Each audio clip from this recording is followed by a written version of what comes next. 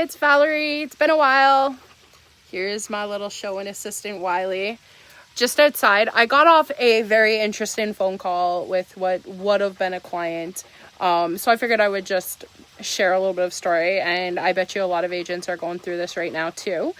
It would almost be about a year ago I went on a listing appointment, explained the services, explained my value, wouldn't commission drop. This client was very insistent on a 1% agent, which I tried to explain. 1% agents, all they can do is put a sign in the lawn, cross their fingers, and pray that it sells.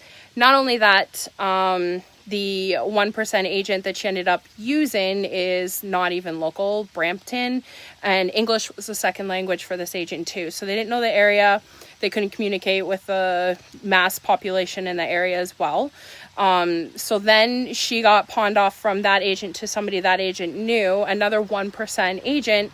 And she calls me in between every single agent, asking me about the market, asking me about what's going on, asking me if I've got buyers over and over and over again. Obviously when they're under contract, I can't really speak to much at all. But I'm very direct and very straightforward with her too. And I don't beat around the bush.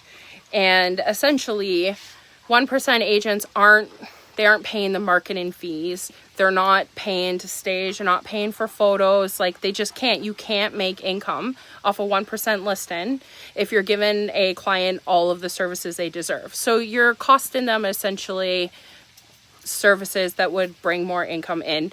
It is a townhome, and so all these townhomes in this specific area are selling except for hers because there's just no effort being put into the listing, and we're not in that kind of market. Who knows? I might have the listing soon.